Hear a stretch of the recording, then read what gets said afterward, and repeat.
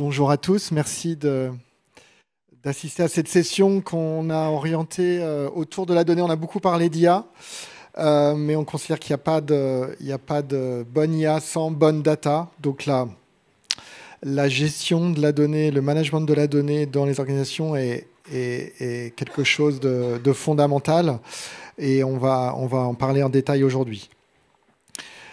Je vais passer en vue dans un premier temps on va dire les challenges et les enjeux qu'on trouve qui sont recensés dans les organisations autour de la donnée.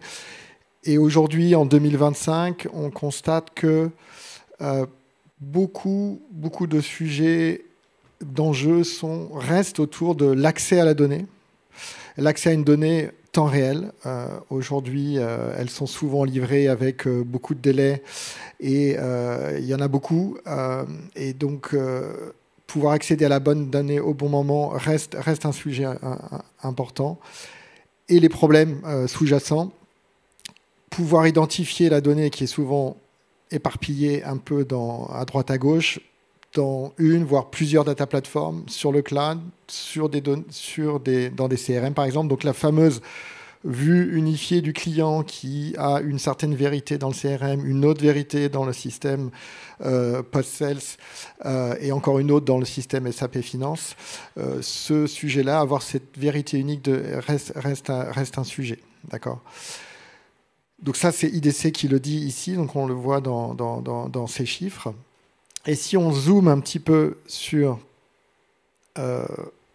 les usages de ces données, on va trouver en haut, donc là à droite ici, en haut les consommateurs de la donnée, donc les humains qui vont faire des analyses, qui ont besoin de faire du reporting, etc. Mais de plus en plus, évidemment, avec l'IA et l'IA Gen, qui vont vouloir consommer ces données et ces données de l'organisation qui est dans l'étage du bas, répartie dans beaucoup de plateformes, éclatées dans plusieurs systèmes, toujours en mouvement, donc beaucoup maintenant sur le cloud, mais pas seulement, et avec des vrais enjeux on va dire de répartition de ces données. Donc là, on est sur l'étage technique de où sont situées les données. Si on regarde les différentes populations qui doivent consommer cette donnée, on va trouver des besoins différents, des compétences et on va dire des langages de consommation différents. Donc il y a des populations plutôt techniques qui, avec du SQL avancé ou du code, vont pouvoir tirer parti de ces données. On va trouver mais également des populations plus métiers qui n'ont pas les compétences techniques et qui ont besoin de consommer, d'accéder à toutes ces données. On va trouver également les populations data office qui ont besoin de gouverner ces données, entre autres pouvoir fournir cette vérité, cette vue unique, typiquement la vue 360 du client. Et tout ça est très compliqué dans un écosystème qui est distribué, qui est composé de beaucoup d'applications, de bases de données, de data lake, de data platforms différentes. Par exemple, quand les données sont réparties sur plusieurs clouds, donc accéder, donc on parle d'hybridation, donc d'hybridation multi-cloud, pouvoir gérer tout ça de manière unifiée, c'est compliqué. Donc il y a un vrai sujet de sens, c'est-à-dire accéder à la donnée et surtout accéder à une donnée compréhensible par l'ensemble des populations et avec un vrai besoin d'unifier finalement le langage, d'avoir ce langage commun. Et donc là, on parle effectivement de sémantique. Alors de quoi on parle? On parle de sémantique, on parle de structure de la donnée. Et tout le monde connaît le principe, en tout cas la méthodologie du data mesh, donc qui a abouti à, on va dire, une définition commune de ce que doit être finalement une donnée. Donc on parle de data product, d'accord, on parle beaucoup de data product.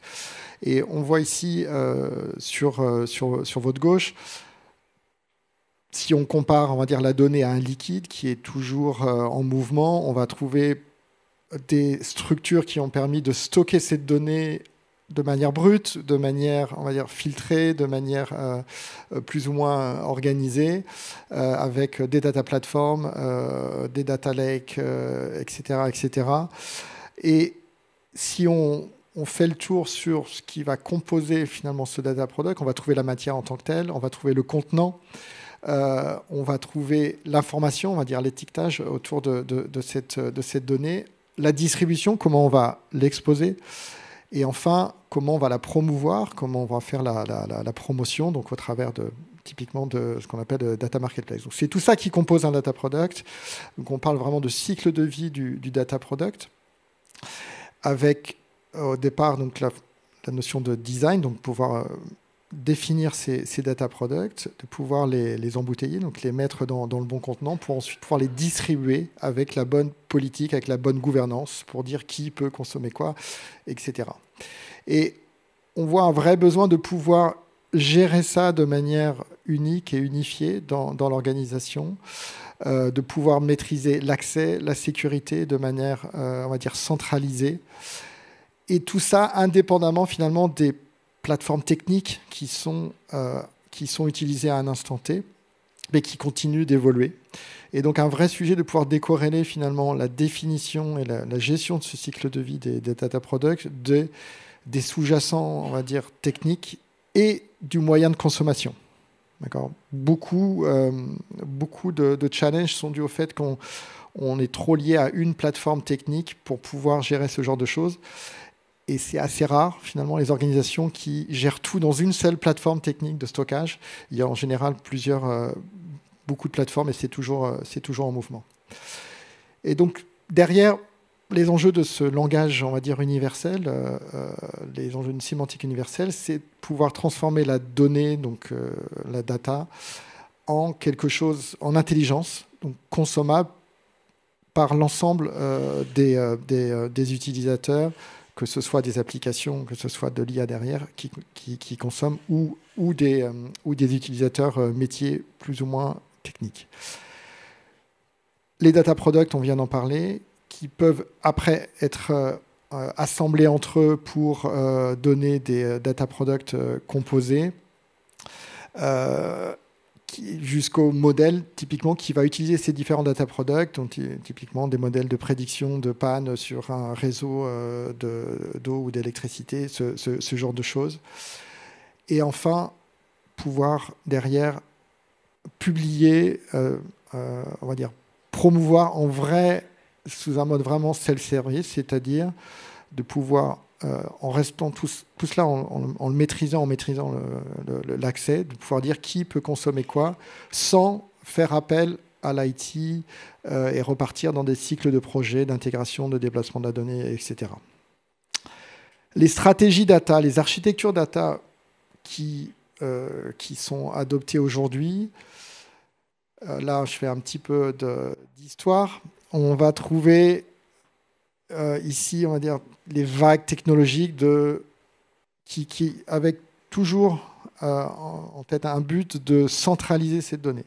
Si je pouvais avoir toutes les données physiquement au même endroit, je pourrais gérer ma donnée, je pourrais la distribuer facilement, etc. La vérité, c'est que on a fait face à différentes vagues technologiques. La nouvelle vague étant censée, la nouvelle technologie étant censée remplacer la précédente, mais en général, il reste toujours du legacy. Et dans la dernière vague qu'on connaît aujourd'hui de Move to Cloud, on va trouver finalement des plateformes, mais qui ne remplacent pas ce qu'il va y avoir on-prem. Et avec aujourd'hui tous les phénomènes on va dire de géopolitique en cours, on trouve les limites finalement de tout mettre dans le même cloud.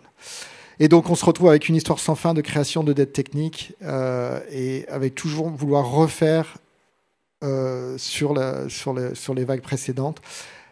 On pense que ça n'a pas trop de sens de faire ça. Les besoins restent les mêmes et derrière on va trouver les mêmes problématiques. Et je conclurai sur l'approche dont on fait la promotion, c'est l'approche virtualisation, c'est-à-dire pouvoir situer, de pouvoir apporter de l'intelligence entre les plateformes techniques et de stockage qui sont en mouvement et les consommateurs. Et donc, le concept derrière, c'est la virtualisation de données. Donc, ça consiste à mettre à disposition, à gérer cette donnée, et ça devient l'endroit où vous allez pouvoir définir vos data products et pouvoir les exécuter, quel que soit l'écosystème que vous avez en dessous, en capitalisant ce que vous avez déjà et en vraiment avec la possibilité de centraliser vos données. Pour devenir quelque chose, on va dire, pour permettre au CDO, typiquement, de ne pas être ni un gardien de musée, ni un gestionnaire d'inventaire, mais véritablement de pouvoir agir de manière opérationnelle sur le capital de l'organisation, à savoir ces data products, donc la sémantique, la fameuse sémantique universelle. Voilà, donc en conclusion, pardon. On est sur une approche différente puisque l'idée c'est de faire ça en virtualisant, c'est-à-dire sans répliquer la donnée, donc sans passer par les pipelines, sans la réplication physique, ce qui apporte beaucoup d'agilité et ce qui permet d'arriver au Graal, c'est-à-dire de fournir cette couche sémantique universelle. On a pas mal d'exemples. Si vous êtes intéressé, on a beaucoup de clients qui l'utilisent en France. On a beaucoup de projets en cours et donc si vous voulez en savoir plus, je vous invite à passer à nos stands. Merci.